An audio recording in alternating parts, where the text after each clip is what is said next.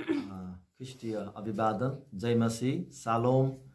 फेरि पनि आज वचनबाट हामी हेर्न जाँदैछौँ। पहिलो कोरिन्थी को पुस्तकबाट हामी आजको वचनमा अगाडि बढ्छौँ। मैले अघि प्रार्थना गर्दै गर्दा यो खण्ड मलाई दिएको छ अनि यसबाट आज म तपाईँहरूको बिचमा कुरा गर्न चाहन्छु। 12 अध्याय, पहिलो कोरिन्थी 12 अध्यायको 12 पददेखि लिएर हामी तल पढ्नेछौँ र यसबाट हामी केही कुराहरू सिक्नेछौँ। एउटै शरीर, धेरै अङ्गहरू, किनकि जस्तो शरीर एक छ र त्यसका धेरै अङ्गहरू हुन्छन् र शरीरका सम्पूर्ण अङ्गहरू धेरै भए तापनि शरीर चाहिँ एउटै हुन्छ। ख्रिस्ट पनि त्यस्तै हुनुहुन्छ, किनकि एउटै पवित्र आत्माद्वारा हामी सबैले एउटै शरीरमा बप्तिस्मा पाएका छौँ। यहुदी वा ग्रीक, कमारो वा फुक्का, हामी सबैलाई एउटै पवित्र आत्माबाट पिउन दिइयो। किनकि शरीर एउटै अङ्गबाट मात्र होइन तर धेरै अङ्गहरूबाट बनिएको हुन्छ। यदि खुट्टाले म हात होइन यसैले म शरीरको अङ्ग होइन भन्यो भने के त्यो शरीरको अङ्ग हुँदैन र कानले म आँखा होइन यसैले म शरीरको अङ्ग होइन भन्यो भने त्यो शरीरको अङ्ग हुँदैन र? यदि जम्मै शरीर आँखा हुँदो हो त सुन्ने कहाँबाट? यदि जम्मै शरीर कान हुँदो हो त सुँघ्ने कहाँबाट? तर परमेश्वरले आफ्नो इच्छा बमोजिम शरीरमा हरेक अङ्ग मिलाएर राखिदिनु भएको छ। यदि ती जम्मै एउटै अङ्ग हुँदा हुन् त शरीर कहाँ हुने? तर अङ्गहरू धेरै छन् तापनि शरीर चाहिँ एउटै। आँखाले हातलाई मलाई तेरो दरकार छैन भन्न सक्दैन र शिरले पनि खुट्टालाई मलाई तिमीहरूको दरकार छैन भन्न सक्दैन। बरु शरीरका अझ दुर्बल देखिने अङ्गहरू नै नहुने हुन्छन्। शरीरका ती अङ्गहरू जुनहरूलाई हामी कम महत्त्वका ठान्छौँ तिनलाई हामी बढ्ता आदर दिन्छौँ। प्रत्यक्ष रूपले देखाउन नसकिने अङ्गहरूलाई हामी बढी भद्रता साथ राख्छौँ। प्रत्यक्ष देखाउन सकिने हाम्रा अङ्गहरूलाई यस्तो हिफाजत चाहिँदैन, तर परमेश्वरले हाम्रो शरीरलाई यसरी मिलाउनु भएको छ कि हीन अङ्गहरूलाई बढी आदर प्रदान गर्नुभएको छ ताकि शरीरमा बेमेल नहोस् तर अङ्गहरू एउटाले अर्काको निम्ति समान वास्ता राखुन्। यदि एउटा अङ्गलाई कष्ट भयो भने सबै अङ्गहरूले सँगै कष्ट भोग्छन्, अथवा एउटा अङ्गको आदर भयो भने सबै अङ्गहरूले सँगै आनन्द मनाउँछन्। आमेन। परमेश्वरको वचन पढाइ सुनाइमा हामी सबैलाई प्रशस्त आशिष मिलोस्। आज हामीले पहिलो कोरिन्थीको पुस्तकबाट वचनबाट सुरु गरेका छौँ र आजको वचनको शीर्षक हुनेछ एकता। हामी यहाँ देख्दछौँ बडो पावल प्रेरितले मण्डलीमा यो उदाहरण दिँदै गर्दा पावल प्रेरितले शरीर र अङ्गहरूको विषयमा उदाहरण दिएका छन्। कोरिन्थीको मण्डलीमा धेरै विवाद थियो, यसकारण पावल प्रेरितले कोरिन्थीको मण्डलीमा 12 अध्यायमा एकताको कुरा गरिरहेका छन् भने 13 मा गएर प्रेमको कुरा गर्दछन्।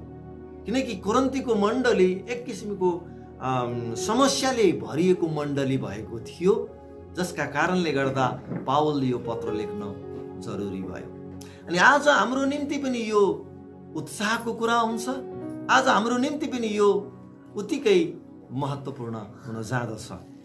पावलले शरीरको विषयमा कुरा गरेर हामीलाई एकताको विषयमा सिकाउन खोजेको म देख्दछु र यो एकता मण्डलीमा पनि आवश्यकता छ, परिवारमा पनि आवश्यकता छ, समाज र राष्ट्र र देशहरूमा पनि यो एकता चाहिन्छ।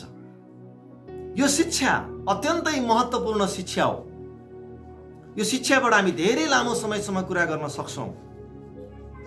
यो शिक्षाको अभावले गर्दा आज परिवारमा, मण्डलीमा, समाजमा विभिन्न समस्या र गुटले भरिएको छ। पावल प्रेरितले मण्डलीमा देखिएको समस्याको समाधान गर्नको लागि यो उदाहरण दिएको हामी पाउँदछौँ। अनि यो उदाहरण यदि हामीले बुझ्यौँ भने चाहिँ हाम्रो परिवार मजबुत बन्दछ, हाम्रो मण्डली मजबुत बन्दछ, हाम्रो समाज र हाम्रो राष्ट्र मजबुत बन्दछ। यसको एकताको कमी भयो भने चाहिँ हामीले हाम्रो परिवार छरपष्ट भएको पाउँछौँ, हाम्रो मण्डली छरपष्ट भएको पाउँछौँ र हामी बलियो र फलवन्त हुन सक्दैनौँ। पावलले शरीरको उदाहरण दिँदै गर्दा हाम्रो शरीर एउटै हो र यो शरीर चाहिँ शरीर 3वटा नामले शरीर भनेर बनेको छ भने यो 3टा नामभित्र भएको शरीरभित्र थुप्रै पाटपुर्जाहरू छ। यो शरीरभित्र थुप्रै अङ्गहरूले मिलेकोलाई शरीर भनिन्छ। यो शरीरमा हामी माथिबाट हेर्दा तलसम्म हेऱ्यौँ भने थुप्रै अङ्ग प्रत्यङ्गहरूको भूमिका हामी देख्दछौँ। यो शरीरभित्र परमेश्वरले एक किसिमको वननेस, एक किसिमको एकता राखिदिनु भएको छ, जसले गर्दा हाम्रो शरीरमा सिस्टमले काम गर्दछ। परमेश्वर त्रिएक परमेश्वर भनेर हामीले कहिलेकाहीँ भन्ने गर्छौँ, धेरै पटक भन्ने गर्छौँ, त्रिएकता। परमेश्वर पिताले सृष्टिको काम गर्नुभयो, पुत्र येशूले उद्धार र मुक्तिको काम गर्नुभयो, पवित्र आत्मा परमेश्वरले अहिलेको समयमा शक्ति र सामर्थ्य सल्लाहले हामीलाई हाम्रो बिचमा काम गर्नुभएको छ। त्रिएकताभित्र अचम्म प्रकारको समानता छ, त्रिएकताभित्र अचम्म प्रकारको एकता छ। उहाँमा कहिले पनि मनमुटाव छैन। त्रिएकता भने तापनि उहाँ एकै हुनुहुन्छ, तर उहाँको त्रिएकता कस्तो अचम्मको छ, कस्तो मेलपूर्ण छ। आज हामी हाम्रो शरीरमा पनि हेऱ्यौँ भने चाहिँ हाम्रो शरीरको सबैभन्दा ठुलो तत्त्व भनेको आत्मा हो। आत्मा र शरीर मिलेपछि मात्रै बल्ल काम हुँदछ। अनि आज हामी परिवारमा र मण्डली परमेश्वर येशू प्रभु शिर हुनुहुन्छ। अब त्यो मण्डलीभित्र कोही हात हो, कोही देब्रे हात हो, कोही दाहिने हात हो, कोही दाहिने खुट्टा हो, कोही देब्रे खुट्टा हो, कोही कान हो, कोही नाक हो, कोही आँखा हो, कोही न कोही हो। यसको शिर चाहिँ प्रभु हुनुहुन्छ। अब शिर प्रभु हुनुहुन्छ भने शरीरभित्र थुप्रै अङ्गहरूले बनेको हुन्छ, अनि शिरको कुरा चाहिँ हातले मान्नुपर्छ। शिरले भनेको कुरा देब्रे हातले पनि मान्नुपर्छ, दाहिने हातले पनि मान्नुपर्छ। शरीरको सम्पूर्ण अङ्ग प्रत्यङ्गले चाहिँ शिरको कुरा सुन्नुपर्छ। र शिरको कुरा हात हाम्रो शरीरले सुन्छ भने यो चाहिँ एकताको कुरा हो। पावलले भन्नुहुन्छ, यदि खुट्टाले म हात होइन, यसैले म शरीरको अङ्ग होइन भन्यो भने के त्यो शरीरको अङ्ग हुँदैन र? दाहिने हातले म अङ्ग होइन भनेर भन्यो भने पनि त्यो झुटो हुन जान्छ। त्यो चाहिँ शरीरमै जोडिएको छ। यहाँनिर पावलले सबै अङ्ग, आँखा, कानको कुरा उदाहरण दिइरहेका छन्।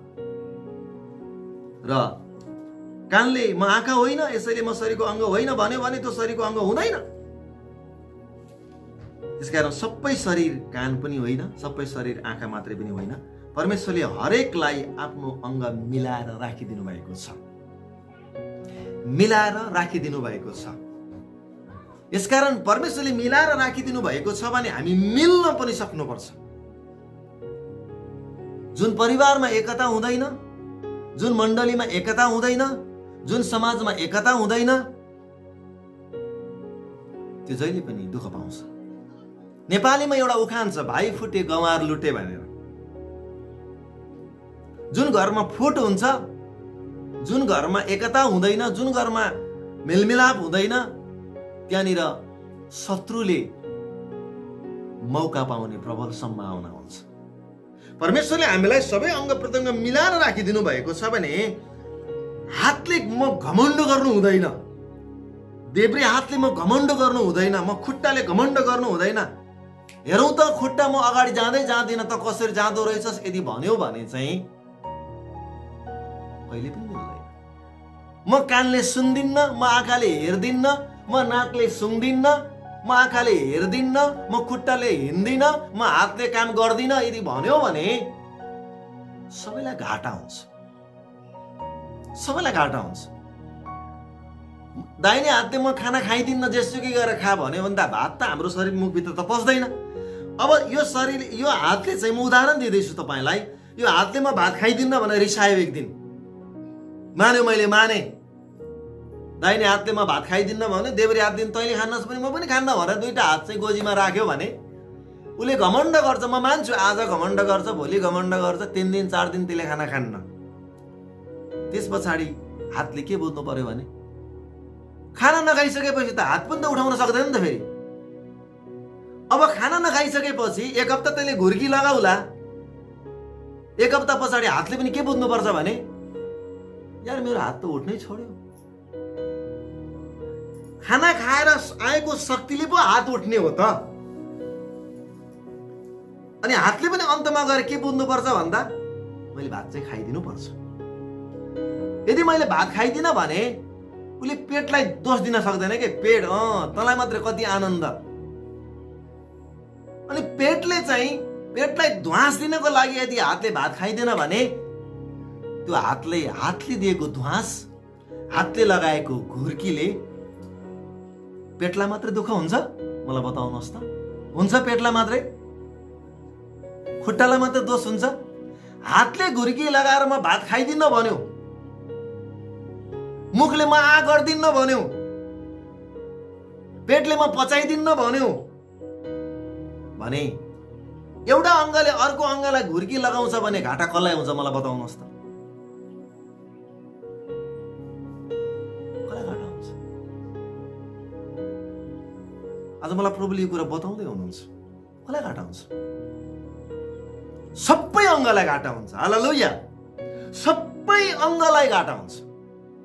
चाहे हातले घुर्क्याओस्, चाहे खुट्टाले घुर्क्याओस्, चाहे पेटले घुर्क्याओस्, चाहे कानले घुर्क्याओस्, एकछिनको लागि उसले म गर्दिन, म सहमत हुँदिन भनेर भन्छ होला। अन्ततः केही समयपछि त्यही अङ्गले पनि दुःख पाउँछ। किनकि परमेश्वरले हामीलाई मिलाएर राखिदिनु भएको छ। हातले, खुट्टाले, सम्पूर्ण अङ्ग प्रत्यङ्गले शरीरलाई आफू चल्ने, आफू जीवित हुने हो भने चाहिँ उसले अर्को अङ्गलाई सपोर्ट गर्नुपर्छ। आमेन। सपोर्ट गर्नुपर्छ। सबै अङ्गको आफ्नै आफ्नै मूल्य र मान्यता छ। सबै अङ्ग, बाबुले भन्नुहुन्छ कुनै अङ्ग पनि अमूल्य छैन, के अरे बेमूल्य छैन। सबै अङ्गको आफ्नै आफ्नै मूल्य र मान्यता छ।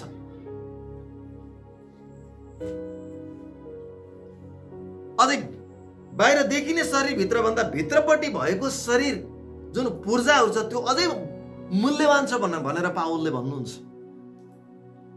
त्यसकारण आज म तपाईँलाई के बताउन चाहन्छु भने हामी मण्डलीमा हामी धेरै व्यक्तिहरू बनेर मण्डली बन्छ। हाम्रो परिवारमा धेरैजना सदस्य मिलेर परिवार बन्छ। हाम्रो शरीरमा धेरै अङ्गहरू मिलेर शरीर बन्छ। हातले सबै अङ्गसँग समानता राख्नुपर्छ। आँखाले सबै अङ्गसँग समानता राख्नुपर्छ। कुनै पनि बडीमा कुनै पनि अङ्गहरू छ भने त्यो अङ्गले चाहिँ अर्को अङ्गलाई सपोर्ट गर्नुपर्छ, किनकि त्यो पनि मेरै हिस्सा हो भनेर बुझ्नुपर्छ। आज हामीलाई धेरै प्रकारको ज्ञान नभएको कारणले गर्दा आज परिवार फुटिरहेको छ, मण्डली फुटिरहेको छ। मण्डलीले कुरो बुझिरहेको छैन, परिवारले कुरो बुझिरहेको छैन, समाजले कुरो बुझिरहेको छैन। काठमाडौँको एकजना पास्टरले भन्नुहुन्थ्यो एकता एकता, ए कता भन्नुहुन्थ्यो के। बुझ्दै हुनुहुन्छ? ए कता।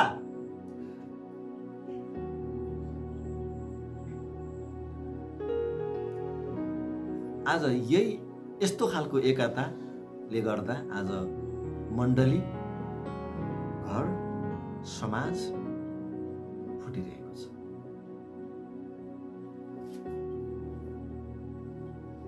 एउटा अङ्गले भन्छ म सर्वेसर्वा हो, अर्को अङ्गले भन्छ म नै सर्वेसर्वा हो। यो शरीरको सम्पूर्ण अङ्गले आफ्नो घमण्ड गर्न थाले भने त्यो घमण्डले अरू कसैलाई घाटा हुँदैन, अरू कसैलाई घाटा हुँदैन। फेरि भन्छु कसैलाई घाटा हुँदैन, स्वयं व्यक्तिलाई घाटा हुन्छ। त्यसकारण हाम्रो जुन शरीरको बडी छ, जुन अङ्गहरू छ, उसले घमण्ड गर्न छोडेर त्यो अङ्गले अर्को अङ्गलाई सपोर्ट गर्यो भने मात्रै त्यो परिवार, त्यो चाहिँ शरीर चाहिँ बल्ल अगाडि बढ्छ। परिवारमा पनि त्यही नियम लागू हुन्छ, मण्डलीमा पनि त्यही नै नियम लागू हुन्छ, समाजमा पनि त्यही नै नियम लागू हुन्छ। आज यसको ज्ञानको अधुरो ज्ञानले गर्दा आज मानिसहरूको बीचमा एकता छैन। शिर एउटा छ, प्रभु शिर हुनुहुन्छ, मण्डलीको शिर हुनुहुन्छ। हुन सक्छ म एउटा गोठालाको हिसाबले म टाउको निरको आँखा हुन सकुला, तर नाकको पनि आफ्नै भूमिका छ, मुखको आफ्नै भूमिका छ, औँलाहरूको आफ्नै भूमिका छ, पेटको लिभर फङ्सनको आफ्नै भूमिका छ, फोक्सोको आफ्नै भूमिका छ। सबैको आफ्नो आफ्नो भूमिका र आफ्नो आफ्नो मूल्य र मान्यता छ। कुनै अङ्गको बढी काम र कुनै अङ्गको कम महत्त्व भनेर बाइबलले बताउँदैन। सम्पूर्ण अङ्गको आफ्नै मूल्य र मान्यता छ। परिवारमा पनि को मूल्य र को अमूल्य भन्ने हुँदैन। मण्डलीमा त ठुलो र म सानो भन्ने कुरा पनि हुँदैन। मेरो भूमिका ठुलो र तेरो भूमिका ठुलो भन्ने पनि हुँदैन। यदि सबै अङ्गले मिलेर त्यो सबै अङ्गलाई सघायो भने चाहिँ त्यो शरीरलाई काम गर्न सजिलो हुन्छ। यदि सबै मण्डलीको व्यक्तिले चाहिँ मिलेर सबैले सघायो भने त्यो मण्डली धेरै अगाडि जान सक्छ। यदि परिवारमा पनि सबै परिवार मिलेर यदि सघायो भने त्यो परिवार धेरै अगाडि पुग्न सक्छ।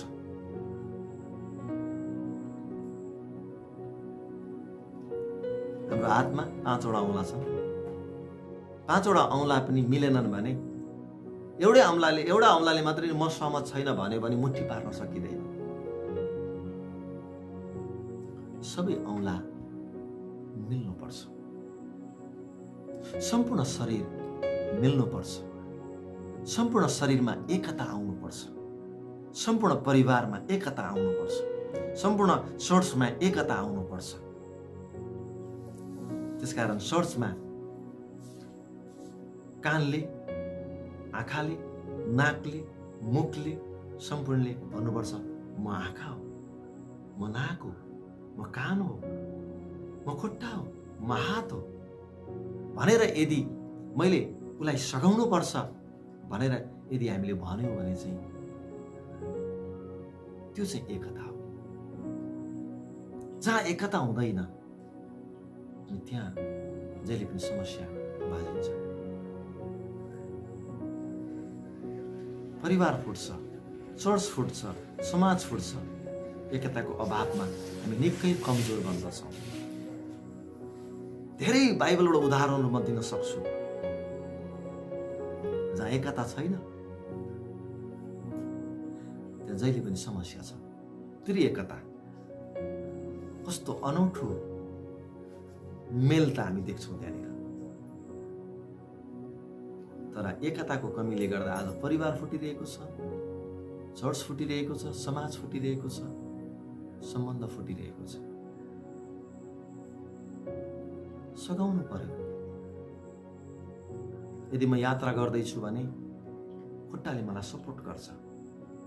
जाम न त हिँडेर भनेर भन्यो भने खुट्टाले अगाडि लाग्छ, त्यतिखेर खुट्टाको काम बढी आउँछ। यदि मैले कुनै लेख्नु पर्यो, केही गर्नु पर्यो भने त्यतिखेर खुट्टाको काम भन्दा हातको काम आउँछ। घरि खुट्टाले आफ्नो सपोर्ट गरिरहेको हुन्छ, घरि हातले काम गरिरहेको हुन्छ। घरि हेर्ने बेला मात्रै हुन्छ, त्यतिखेर आँखाको काम बढी आउँछ। कोही कुनै सुन्ने कुरा हुन्छ, त्यतिखेर सुन्ने कानको बढी काम आउँछ।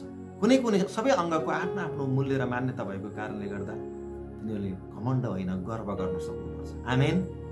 गर्व गर्न सक्नुपर्छ। यदि यस्तो भयो भने हामी धेरै अगाडि जान सक्छौँ।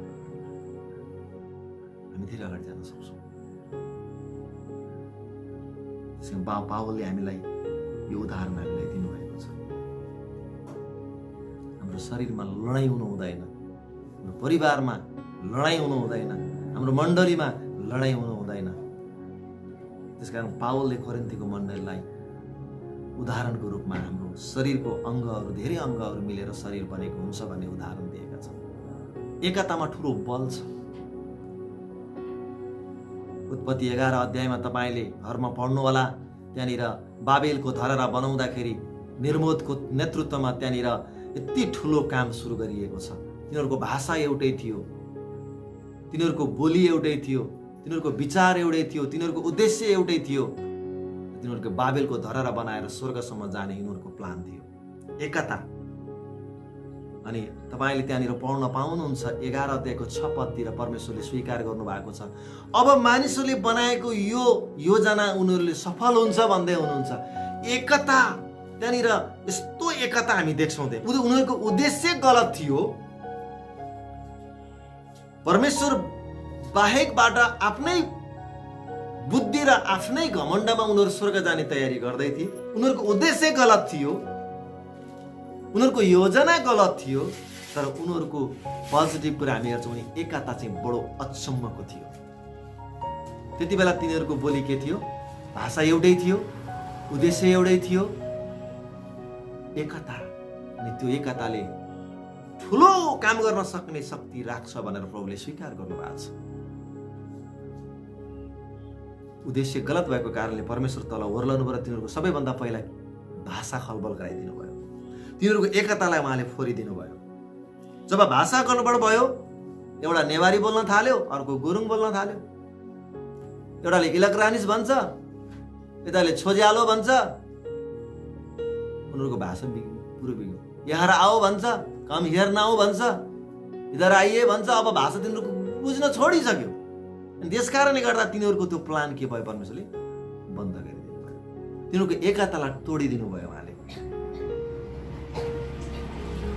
प्रभुले भन्न खोजेको कुरा, एकतामा तिमी यदि रहेर तिमीहरू अगाडि बढ्छौ भने, चाहे तिम्रो मण्डली होस्, चाहे तिम्रो परिवार होस्, चाहे जुनसुकै क्षेत्रमा तिमी एकतालाई तिमीले जब सही तरिकाले सही ढाँचाबाट तिमी अगाडि बढाउँछौ भने तिमी सफल हुनेछौ।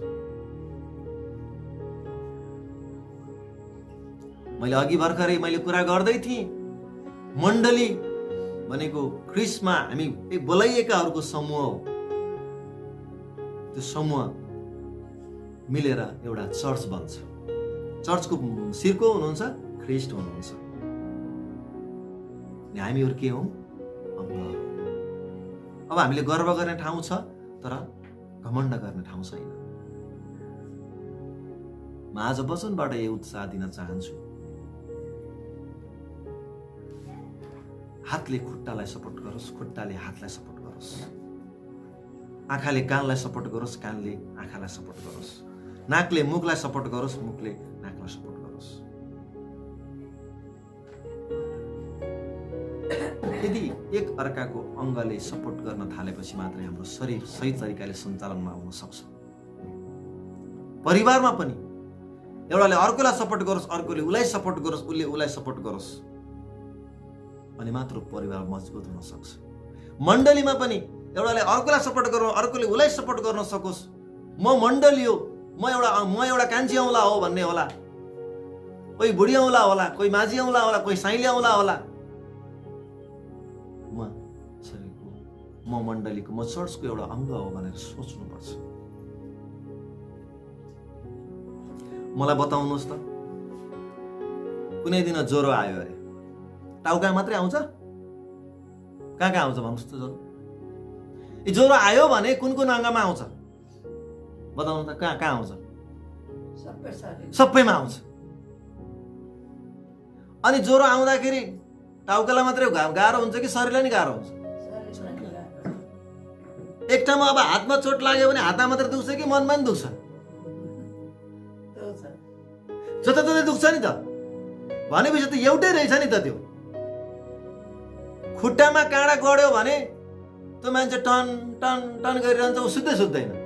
गडेको त खुट्टामा हो नि त। अनि टुप्पीसँग किन दुख्नु पर्ने भन्दा त्यो पनि मनै हो, त्यो अङ्ग पनि मेरै हो, त्यो अङ्ग पनि मनै हो। त्यसलाई घोच्दा मलाई सबै अङ्गमा दुखाइ हुन्छ भनेपछि त त्यो एउटै हो। त्यसकारण परिवारमा पनि एउटा व्यक्तिलाई घोच्दा अर्को व्यक्तिलाई दुखेको हुनुपर्छ। त्यसकारण हाम्रो शरीरमा कुनै ठाउँमा समस्या भयो भने सारा शरीरले दुःख पाउँछ। अब एउटा व्यक्ति खुसी भएर हाँस्यो भने चाहिँ मुख मात्रै हाँस्छ कि शरीरभरि आउँछ हाँसो? जब तपाईँ खुसी हुनुहुन्छ पहिला भित्रको हृदय खुसी हुन्छ, त्यहाँबाट टाउकोदेखि खुट्टासम्म शरीरले गदगद गर्छ। कोही यस्तो मान्छे छैन मुखले मात्रै हाँस्यो। हाँस्ने प्राणी भनेको त मान्छे मात्रै हो, अरू पशु। तपाईँले कोही भैँसी हाँसेको देख्नु भएको छ? गदाले यसो गरेको देख्नु भएको छ? त्यो हाँसेको होइन। हाँस्ने प्राणी मध्येको मान्छे मात्रै हो। संसारमा सबै प्राणी छन्, हाँस्ने प्राणी भनेको मान्छे मात्रै हो। मैले कहिले पनि जिराफ हाँसेको देखाएको छैन। कराएको देखेको छु। मैले भन्न खोजेको कुरा, शरीरमा जब घाउ चोट लाग्छ अनि सारा शरीरले तकलिफ उठाउँछ, सारा शरीरमा ज्वरो आउँछ। यसबाट हामीले के बुझ्न सक्छौँ त? आनन्द भयो भने हाम्रो शरीर, सम्पूर्ण शरीरले आनन्द गर्छ, कुनै एउटा पार्टले मात्रै आनन्द गर्दैन। दुःख भयो भने पनि एउटा जुनसुकै ठाउँमा चोट लागोस्, सारा शरीरले चोटलाई दुखाइरहेको हुन्छ। यसले हामीलाई के सन्देश दिन्छ भन्दा, शरीरको अङ्गहरू जहाँ जुन जुन ठाउँमा राखिएको भए तापनि त्यो शरीर धेरै अङ्ग मिलेर त्यो शरीर बनेको हुन्छ अनि बल्ल त्यसलाई चाहिँ शरीर भनिन्छ। त्यसरी परिवारमा पनि धेरै जनाको समूह बनाएर परिवार बनेको हुन्छ।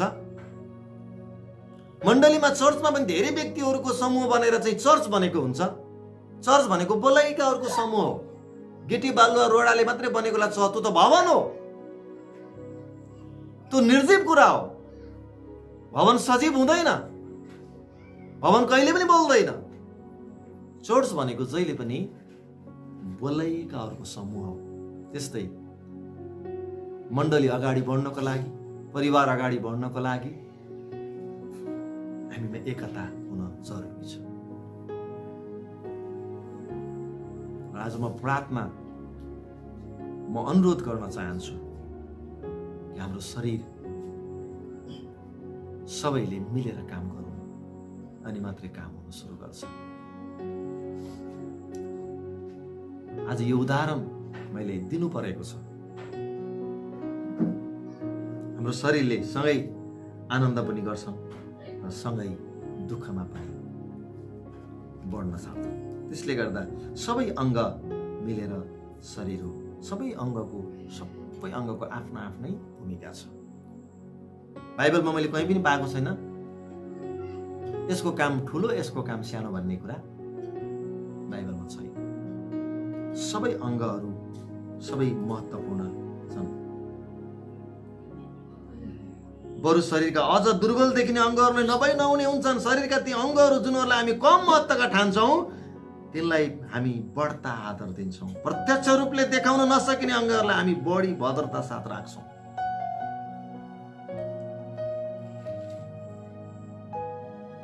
यसले गर्दा यदि एउटा अङ्गलाई कष्ट भयो भने सबै अङ्गहरूले सँगै कष्ट भोग्छन्, अथवा एउटा अङ्गको आदर भयो भने सबै अङ्गहरूले सँगै आनन्द मनाउँछन्। 26 पदले भन्छ। अनि यो वचन चाहिँ हामीले आज बुझ्नुपर्ने समय भएको छ। बुझ्नुपर्ने, सबै अङ्गले मिलेर काम गर्यो भने काम सरल र सजिलो हुन्छ। खुट्टालाई, हातलाई कस कसको सहयोग चाहिएको छ, कस कसको आवश्यकता छ, त्यो आवश्यकता अनुसारले खुट्टामा भिजिएको काँडा निकाल्न खुट्टाले आफै सक्दैन। खुट्टामा लागेको काँडा निकाल्नलाई कसको आवश्यकता पर्छ? हातको आवश्यकता पर्छ। आँखाले हेर्नु पर्यो, हातले लैजानु पर्यो। अब त्यहाँ कतिवटा व्यक्तिको त्यहाँ सहायता चाहियो त भन्दा, आँखाले नहेरिकन कसैले खिल निकाल्न सक्छ? सक्दैन। अब चुच्चो सियो नलिकन निकाल्न सकिँदैन। अब हातले, मैले त त्यस्तो देखाएको छैन, खुट्टाको काँडा खुट्टाले निकाल्यो अरे भनेर मैले सुनेकै छैन कहीँ पनि। सुन्नुभएको छ तपाईँले? अब मैले युट्युबमा त्यस्तो भेटेको छैन कहीँ। नाकमा केही कुरो टाँसियो, अब नाकैले फाल्छ? अब हात चाहियो कि चाहिएन? अब हात र नाकमा झगडा पारेर नाकले र हातले चाहिँ मलाई सरकार छैन भने यति सिगान आएर नाकमा भरियो भने चाहिँ अब त्यो सिगान फाल्नको लागि हातको आवश्यकता परेको परेन। नाकले च्यालेन्ज गरेर हुन्छ हातलाई, हात रिसाएर हुन्छ। आज परिवारमा च्यालेन्ज छ, आज चर्चमा च्यालेन्ज छ। मलाई तेरो आवश्यकता छैन, त अनादरको छस्, त म बुढी, के अरे म ठुलो हो, मलाई हात र नाकको बिचमा मलाई सरकार छैन, अनि यति आएर भरिएर बस्छ। कहिले खुट्टाले फालिदिन्छ? हातले चाहियो नि, फेरि सहायता त चाहियो नि। हातसँग टेढी गरेर हुन्छ नाकले। अबदेखि कुनै पनि हालतमा दाहिने देब्रे दुईटै हातसँग म कडा चुनौती दिन्छु, नाकमा हात ल्याउँदै नले। मलाई नै आँसु लागिरहेछ। कडा चुनौती दियो नाकले हातलाई, खबरदार अबदेखि नाकमा ल्याइस् भने। अनि नाक चिलायो भने को जाने हो? ढाडले बनाइदिन्छ? बताउनुहोस् त। ढाडले बनाउनु त होइन नि बाबा, कि नाक गएर तपाईँ रगड्नुहुन्छ धुलोमा गएर? आज रिसाउला नाक, आज मलाई चाहिँदैन भन्ला। अहिले पो चिलाएको छैन त नाक, चाहिएको छैन, चिलाएपछि त चाहियो नि हात त। नाकले भन्छ मलाई हातै चाहिँदैन भन्छ, हातले भन्छ म त्यहाँ जाइहाल्न भन्छ। यस्तो प्रकारको दरार भयो भने चाहिँ सबैलाई अङ्गलाई, अब नाकमा यति नराम्रो कुरा देखिसकेपछि सबै शरीरलाई कस्तो छि छि छि घिनौ त भन्छै भन्दैन अब। भन्छ अब एउटा नाकको कारणले, नाक र चाहिँ हातको झगडाको कारणले गर्दा सिगान यहाँ आएर बसेको छ। हातले फाल्न, हातले भनेको छ म जान्न, तैँले हिजो मलाई के गरेका थिइस्, म गइदिन्न, दुईटी हात म त बाँधेर बस्छु भनेर भन्यो भने खुट्टाले फाल्न मिलेन, रगड्न मिलेन, त्यसपछि भजत्तै देखिन्छ। त्यसपछि अरूले हेर्दाखेरि छि कति नराम्रो मान्छे हो भनेर चाहिँ त्यो नाकको सिगान देख्दाखेरि अब नाकलाई मात्रै चाहिँ त्यसले के अरे नाकलाई मात्रै उसले चाहिँ भन्छ कि सारा शरीरलाई भन्छ उसले, छि फलानाको नाकमा फलानाको शरीरमा यस्तो प्रकारको घिनलाग्दो कुरा देखिएको छ भनेर सबै अब नाकलाई दोषी हुन्छ, सबै शरीर नै घिनाउने भयो भनेर भन्छ। त्यसकारण म आज के भन्न चाहन्छु भन्दा, यो अहिले भर्खर चिलाए भन्दा भन्दै भर्खर चिलायो मलाई। नाकले खुर्की लगाएर हुन्छ, अब हातले खुर्की लगाएर हुन्छ। हो त्यही भएर उदाहरण दिएको मलाई बढी चिलाउँछ मेरो नाक, त्यही भएर मैले त्यही नाकको उदाहरण दिएको, आँखाको उदाहरण दिएको। नाकमै हुन्छ, चिलाउँछ, त्यही भएर बढी मेरो नाक र हात एकदम राम्रो सम्बन्ध छ कि यस्तै। मेरो नाक र हातमा झगडा छैन, यो त चिल्लाए देख्नुभयो, सपोर्ट चाहियो चाहिएन। घरि आँखाले मै आँखा भनेको छ, घरि शरीरले हातले मै हात भनेको छ, घरि खुट्टाले जा लास गइदिएर म हिँडिदिएर पो जाने हो त। अनि एकले अर्कोलाई चेतावनी दिन थाल्यो भने त्यो बिस्तारै बाहिर उठ्न सक्दैन, न त त्यसले प्रगति गर्छ। ढाडले म सुत्दिन्न भन्यो भने कसरी सुत्ने? फेरि सबै अङ्गको एक अर्काको परिपूरक हो हामी। कुनै बेला आँखाको काम बढी आउँछ, कुनै बेला कानको बढी काम आउँछ, कुनै बेला हातको बढी काम आउँछ, कुनै बेला खुट्टाको बढी काम आउँछ। एक अर्काको बिचमा परिपूरक हुनको लागि पावलले हामीलाई बताइरहेका छन्। हामी झगडा गरेर हुँदैन, एक अर्काले अर्को अङ्गलाई सपोर्ट गर्नुपर्छ। हामीलाई परमेश्वरले एक अर्काको बिचमा परिपूरक बनाउनु भएको छ, त्यसलाई भन्छ एकता, वननेस। कुनै अङ्गमा एक अर्काको बिचमा झगडा हुँदैन। मैले अहिलेसम्म हात र खुट्टा झगडा गरेको अहिलेसम्म देखाएको छैन। तपाईँले युट्युबमा देख्नु भएको छ भने मलाई देखाइदिनु होला। हात र खुट्टा मारी झगडा गरेको मैले सुनेको छैन। सबै एकअर्कामा रिसाउने हो भने त सबै अङ्गलाई त अप्ठ्यारो भयो त। हातलाई खुट्टा चाहिन्छ, खुट्टालाई हात चाहिन्छ। एउटा अङ्ग अर्को अङ्ग बिना के हुन्छ? अधुरो हुन्छ। एउटा अङ्ग अर्को अङ्ग बिना अधुरो हुन्छ, अपुरो हुन्छ।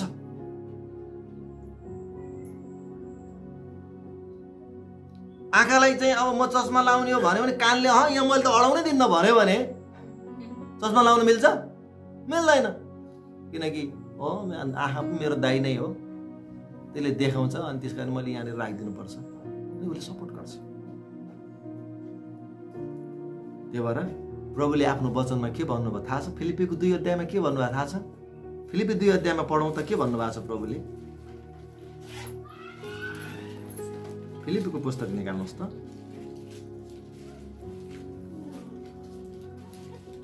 फिलिपी 2 अध्याय निकाल, म पढिदिन्छु है, माफी पढिदिन्छु। यही कुरालाई प्रभुले कसरी भन्दै हुनुहुन्छ हेर्नुहोस् त। यदि ख्रीष्टमा केही प्रोत्साहन छ भने, प्रेमको केही प्रेरणा, पवित्र आत्माको केही संगति, केही स्नेह र सहानुभूति छ भने, तिमीहरू एउटै मनको भएर एउटै प्रेम राखेर पूर्ण सम्मति साथ एउटै चित्तका भएर मेरो आनन्द पूरा गर। स्वार्थ वा अहङ्कारमा केही नगर, तर नम्रतामा एउटाले अर्कोलाई आफूभन्दा श्रेष्ठ ठान। आमेन। एउटाले अर्कोलाई आफूभन्दा के ठान अरे? श्रेष्ठ ठान अरे। एउटा अङ्गले अर्को अङ्गलाई के मान? तल कमको होइन, आफूलाई भन्दा श्रेष्ठ ठान। नाकले जहिले पनि आँखालाई के भन्नु पर्यो? आँखा दाइ तपाईँ श्रेष्ठ हुनुहुन्छ।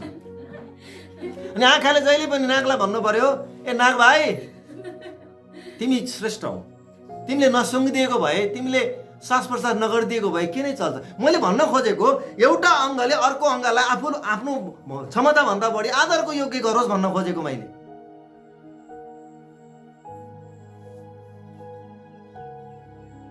भित्र जिब्रो र दाँत कति मिलेर बसेका छन्? टम्म दाँतले भित्र सुरक्षा गरेर जिब्रो राखेको छ। जिब्रोले दाँतलाई भन्नु पर्यो, अहिले कहिले किटिक्क टोक्नुहुन्छ, नटोक्नु न। बोल्न सहयोग गरेको छु। अनि जिब्रोले दाँतलाई भन्नु पर्यो, दाँत दाइ तपाईँ त चट्टान जस्तो हुनुहुन्छ, तपाईँ महान हुनुहुन्छ भन्नु पर्यो। अनि फेरि त्यो दाँतले फेरि हो र महानै हो त, म तिमीभन्दा ठुलै हो त फेरि भन। अब दाँतले भन्नु पर्यो, जिब्रो भाइ तिमी कस्तो नरम छौ, तिमी श्रेष्ठ छौ, तिमी नरम छौ। म चट्टानमा चट्टान छु भने तिमी नरममा नरम छौ। किनकि मेरो विशेषता चपाउनु, टुक्रा टुक्रा पार्नु। म चट्टान जस्तो कठोर छु र ठुलो ठुलो चिजलाई म फुटाइदिन्छु, तर तिमी जस्तो नरम ममा छैन। मैले भनेको बुझ्दै हुनुहुन्छ? एउटा अङ्गले आफूलाई बढीमानको ठुलो नबनाएर त्यसले आफ्नो अङ्गले अर्को अङ्गलाई जहिले पनि श्रेष्ठ ठान्नुपर्छ।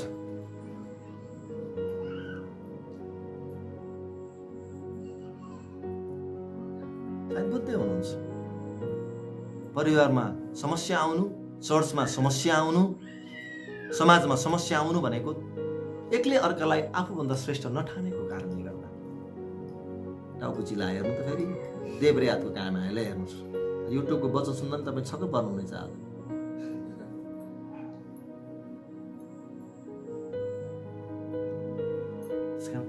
दुईटा हातले चाहिँ एउटा हातलाई भन्नु पर्यो, तिमी श्रेष्ठ, तिमी श्रेष्ठ, तिमी ठुलो, तिमी ठुलो, तिमी ठुलो। यसले ठुलो भनिदिएर आफूलाई उचाल्ने होइन कि फेरि त्यसलाई के गर्नु पर्यो त? होइन, तिमी पनि मभन्दा महान छौ, तिमी पनि मभन्दा श्रेष्ठ छौ, तिम्रो पनि ठुलो आवश्यकता छ, तिम्रो पनि ठुलो भूमिका छ। मैले गर्न नसकिने काम तिमीले गर्छौ, तिमीले गर्न नसकिने काम मैले गर्छु। दाहिने हातको दाइ मलाई सघाउनु है, दाहिने हातले भाइ मलाई सघाउनु है। कतिखेर दाहिने हातको काम हुन्छ, त्यही भएर हिँड्दा पनि तपाईँले देख्नु भएको छ कुन चाहिँ हात अगाडि कुन चाहिँ हात पछाडि जान्छ? मलाई बताउनुहोस्। तपाईँ हिँड्दाखेरि कुन चाहिँ खुट्टा अगाडि जान्छ? अनि त्यसपछि फेरि देब्रे लय देब्रे जान्छ, दाहिने लय दाहिने जान्छ। खुट्टाले चाहिँ अब एउटा खुट्टा चाहिँ म अब अलिकति चाहिँ घुर्की लाएर बस्यो भने अब त्यो हिँड्न सक्छ, अब त्यो लङ्गडो भएर हिँड्ने हो, बाइसाइकल लिएर नि हिँड्न सक्दैन। अनि हात पनि हिँड्दाखेरि के हुन्छ? एउटा अघि एउटा पछि, त श्रेष्ठ, त श्रेष्ठ, त भने होइन? खुट्टाले पनि तपाईँ अगाडि, तपाईँ अगाडि, तपाईँ अगाडि भने होइन? मिलेको मिलेन भन्नु त? खुट्टाले भन्छ, भरि दाहिनेले भन्छ तपाईँ अगाडि भन्छ, देब्रे भन्छ तपाईँ अगाडि भन्छ, हातले पनि भरि तपाईँ दाहिने तपाईँ अगाडि भन्छ, देब्रेले तपाईँ अगाडि भन्छ। यहाँ एकले अर्कालाई उचालिरहेका छन्, एक अर्कालाई सम्मान दिइरहेका छन्, अनुभव यात्रा सहज हुन्छ। ठुस्स पर बस्यो भने यसो गरौँ, को बौला आइनेको छ भन्दैन भन्दै भन्नु त? एउटा हात गोजीमा हालेछ, एउटा मात्रै भुइँ भुइँ गरेको छ, अनि यो थाक्छ। अनि दुइटै हिँड्यो भने त्यहाँबाट बौला हिँड्यो भने यसरी हिँड्यो भने त पागल हो, त पिके हो र? यस्तो गरेर दौडिन्छ है। त्यस कारण मैले हात र खुट्टाको बडो राम्रो उदाहरण दिँदैछु। अगाडि एउटा हात जान्छ, देब्रे हातले भन्छ दाइ तपाईँ अगाडि हुनुहुन्छ, सट्टो आफू आउँछ, होइन भाइ तपाईँ अगाडि हुनुहुन्छ, देब्रे जान्छ। अनि फेरि देब्रे तल आउँछ, फेरि दाहिनेलाई उचाल्छ, दाइ तपाईँ महान हुनुहुन्छ, तपाईँ महान, तपाईँ महान, तपाईँ महान, तपाईँ अगाडि, तपाईँ अगाडि, तपाईँ अगाडि। को हो अगाडि आखिरमा? खुट्टा तपाईँ अगाडि, तपाईँ अगाडि, तपाईँ श्रेष्ठ, तपाईँ श्रेष्ठ, तपाईँ महान, तपाईँ महान। खुट्टाले एकले अर्कालाई चालमा पछ्याउँछन्, एकले अर्कालाई बडो मजाले सघाउँछन् र पो यात्रा सरल र सहज हुन्छ। हातले एकले अर्कालाई आफूलाई भन्दा श्रेष्ठ ठान्छ र त यात्रा अगाडि बढ्छ।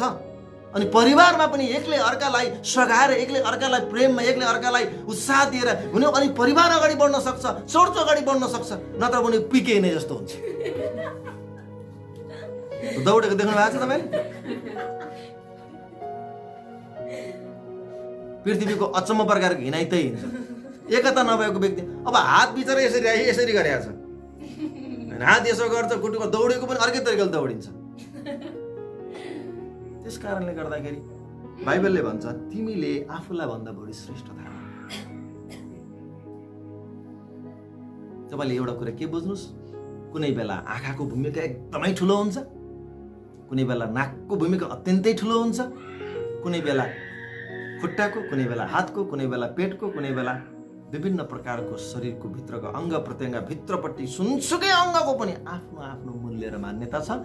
हरेक अङ्गले आफूलाई अरूलाई आदर गर्नुपर्छ र अरूको सहायता उसलाई जरुरी हुन्छ।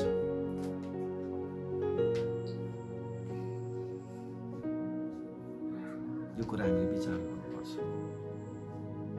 यसो हुन सक्यो भने हाम्रो परिवार अगाडि बढ्न सक्छ, हाम्रो समाज अगाडि बढ्न सक्छ र हाम्रो चर्च अगाडि बस्न सक्छ र हाम्रो शरीर पनि ठिक तरिकाले स्वस्थ भएर अगाडि बढ्न सक्छ।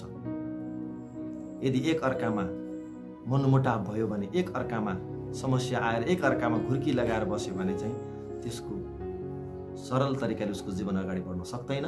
चाहे त्यो पारिवारिक रूपमा होस्, चाहे त्यो चर्चको रूपमा होस्, चाहे त्यो सामाजिक रूपमा होस्, चाहे त्यो राष्ट्रको रूपमा होस्। अहिले तपाईँले देख्नु भएको छ नेकपा एमाले पार्टी फुट्दैछ, ओली पक्ष प्रचण्ड पक्ष एकतै छैन। उनीहरूको बिचमा कति पटक उनीहरूको वार्ता 1-to-1 वार्ता भइरहेको, तर उनीहरूको बिचमा एकता हुन सकेको छैन।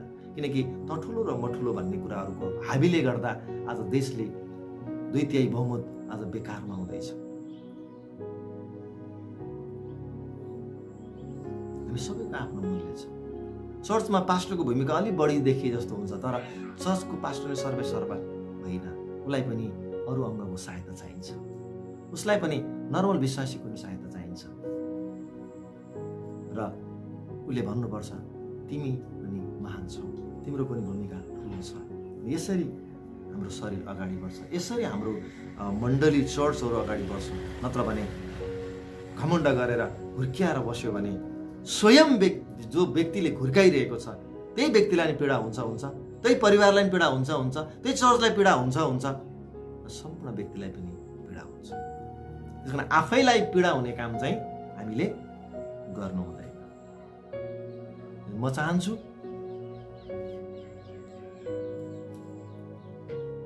हाम्रो शरीरले हामीलाई बार बार हामीलाई सिकाइरहेको छ कि घोच्दाखेरि खुट्टालाई मात्रै दुख्दैन, सारा शरीरलाई दुख्छ, किनकि सबै अङ्ग मिलेर शरीर बनेको हुन्छ भनेर हामीले सन्देश प्रभुले दिँदै हुनुहुन्छ। त्यसकारण आज म तपाईँलाई बताउन चाहन्छु कि तिमीहरू हरेकले आफ्नो हित मात्र नखोज, तर अरूको हितको लागि पनि हेर। आफूलाई भन्दा अरूलाई श्रेष्ठ ठान, महत्त्वको ठान, अनि मात्र तिम्रो जीवन सफल र समृद्ध बन्न सक्छ। जस्तो त्रिएकतामा कस्तो युनिटी छ, मतभेद छैन नि। अनि त्यो त्रिएकता अनि त्यो पारिवारिकता त्यो चाहिँ मण्डली चर्चको त्यो पनि त्यस्तै प्रकारको संरचना भएको होस् भनेर प्रभु चाहनुहुन्छ। शरीरको एउटा अङ्ग मरिमेटेको छ, खालि त्यही अङ्गको मात्रै भूमिका बढी छ, अर्को अङ्ग सुतै छ। अनि त्यो जुन चाहिँ घोटिएको अङ्ग छ नि त्यो छिटो खिन्छ।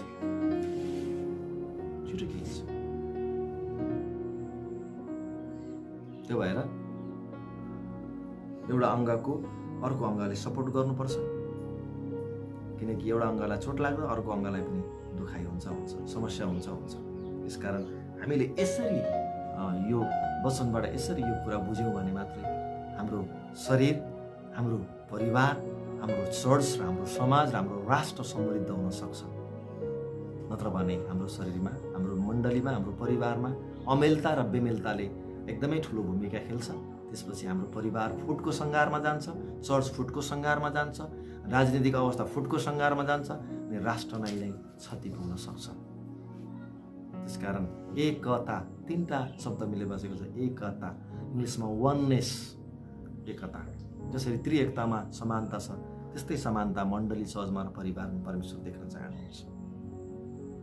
एउटा अङ्गले अर्को अङ्गलाई सपोर्ट गर्नुपर्छ, सहायता गर्नुपर्छ, प्रेम गर्नुपर्छ, वास्ता गर्नुपर्छ, फिक्री गर्नुपर्छ, अनि मात्र हाम्रो पारिवारिक अगाडि बढ्न सक्छ भन्दै आजको वचनबाट म तपाईँलाई यही उत्साह दिँदै अर्को शनिबार पनि यसैको पाठ आउन पनि सक्छ। प्रभुले जसरी अगुवाई गर्नुहुन्छ त्यसरी नै म अगाडि बढ्नेछु। मन र यसो बिचको सम्बन्धको विषयमा भाग 6 पनि आउन सक्छ। प्रभुले कसरी अगुवाई गर्नुहुन्छ त्यसरी नै हामी अगाडि बढ्नेछौँ। धन्यवाद। आजको वचन भन्न सुन्नमा परमेश्वरले हामीलाई अगुवाई गर्नुभयो र तपाईँले धैर्यताका साथ सुनिदिनु भयो र यो वचनबाट तपाईँले पनि आशिष लिनुहोस् र अरूलाई पनि सेयर गर्नुहोस् भन्दै परमेश्वरले सबैजनालाई आशिष दिनुभएको छ। धन्यवाद। जय मसीह। शालोम।